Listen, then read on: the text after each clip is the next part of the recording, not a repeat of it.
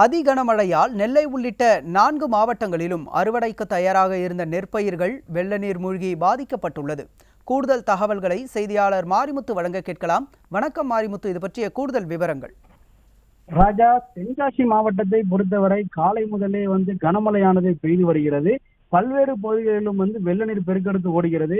முன்னெச்சரிக்கை நடவடிக்கைகளானது எடுக்கப்பட்டு வரும் வேளையில் தற்பொழுது தென்காசி, மத்தளம்பாறை உள்ளிட்ட பகுதிகளில் பல ஆயிரக்கணக்கான நெற்பயிர்கள் தற்பொழுது பாதிப்படைந்துள்ளது.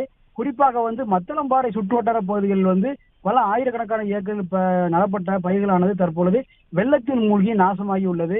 மேலும் இப்பகுதி விவசாயிகள் மிகுந்த வேதனை அடைந்துள்ளனர். தமிழக அரசு அந்த பயிருக்குண்டான நிவாரணத் தொகையை தங்களுக்கு வழங்க வேண்டும் எனவும் ஒரு கோரிக்கையும் தற்போது விடுத்துள்ளனர். ராஜா,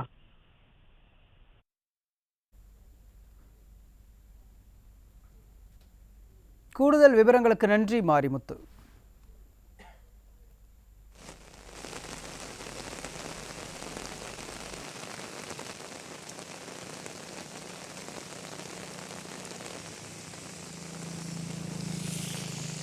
அறுவடைக்கு தயாராக இருந்த நெற்பயிர்கள் நீரில் மூழ்கி இருக்கின்றன. தென்காசி மாவட்டத்தில் அதி கனமழை பெய்து வருவதால் அறுவடைக்கு தயாராக இருந்த நெற்பயிர்கள் எல்லாம் நீரில் மூழ்கி இருக்கிறது.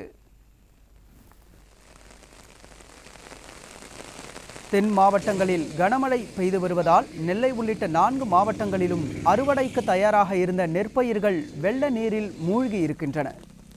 குடிநீர், பால் உள்ளிட்ட அத்தியாவசிய பொருட்களுக்கு தட்டுப்பாடு ஏற்படும் அபாயம் உள்ள நிலையில் விவசாயிகளும் தவித்து வருகின்றனர்.